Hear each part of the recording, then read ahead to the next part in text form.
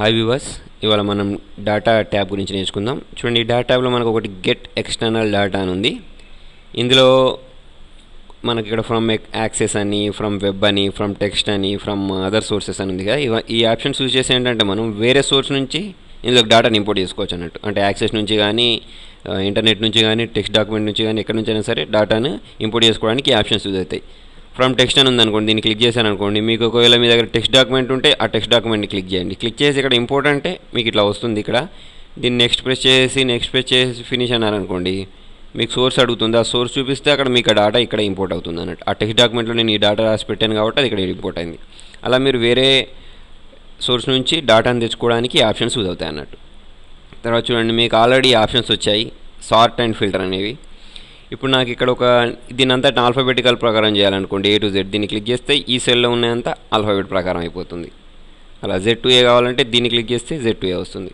తర్వాత ఇక్కడ custom sort అని ఉంది చూడండి, సార్ట్ అని ఉంది. ఈ సార్ట్ని క్లిక్ చేస్తే మీకు అంటే మీరు ఏ సెల్ కావాలంటే ఆ సెల్, లేకపోతే దాన్ని మాత్రమే. ఇప్పుడు నాకు అవర్స్ అనేది మాత్రమే సార్ట్ కావాలి, దాన్ని క్లిక్ చేసుకుని ఓకే అంటే అవర్స్లో ఉంది మొత్తం ఇట్లా అసెండింగ్ ఆర్డర్లోకి వచ్చేస్తుంది. డిసెండింగ్ కావాలంటే డిసెండింగ్ తీసేసుకోవచ్చు. తర్వాత ఇలా ఇంకొక ఇంపార్టెంట్ ఆప్షన్ చూడండి, ఫిల్టర్ అని. దీన్ని క్లిక్ చేస్తే నాకు అన్నిటికి ఒక్కొక్క బాక్స్ వచ్చింది చూడండి.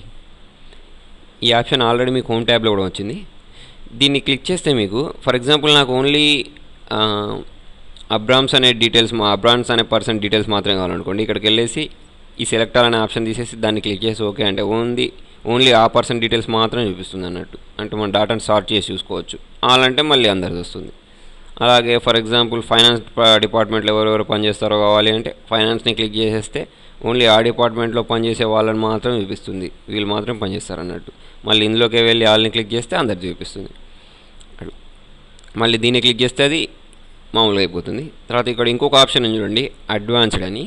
ఈ ఆప్షన్ యూజ్ చేసి ఫర్ ఎగ్జాంపుల్ నేను ఇక్కడ ఒకటి తెలుగు, హిందీ, ఇంగ్లీష్ అని ఒక డేటా క్రియేట్ చేశాను. దానిలో ఈ మార్క్స్ ఉన్నాయనుకోండి,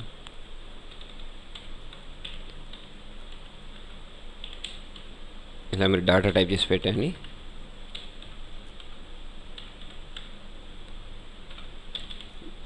ఈ హెడ్డింగ్నే కాపీ చేసి మళ్ళీ కింద పేస్ట్ చేయండి. ఇది కాపీ చేసి ఇక్కడ మళ్ళీ నేను పేస్ట్ చేసుకున్నాను.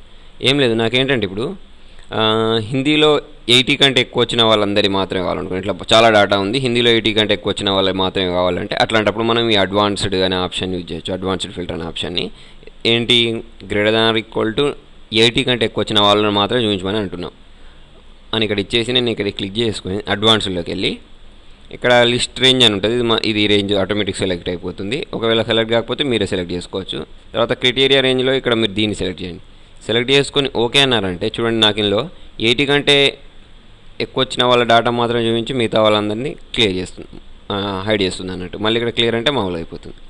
అలా కాకుండా less than or equal to 50 అంటే హిందీలో 80 కంటే ఎక్కువ వచ్చి ఇంగ్లీష్లో 50 కంటే తక్కువ వచ్చిన వాళ్ళని కూడా మనం అట్లా చూసుకోవచ్చు అన్నట్టు, less than or equal to అని పెట్టేసుకుంటే ఓకేనా. అట్లాంటప్పుడు మళ్ళీ ఇక్కడ క్లిక్ చేసుకుని అడ్వాన్స్లోకి వెళ్ళేసి క్రైటీరియా రేంజ్ని క్లిక్ చేసుకుంటే దీన్ని సెలెక్ట్ చేసుకుంటే ఓకే అన్నారు అనుకోండి. అప్పుడు మీకు దానిలో ఇంగ్లీష్లో హిందీలో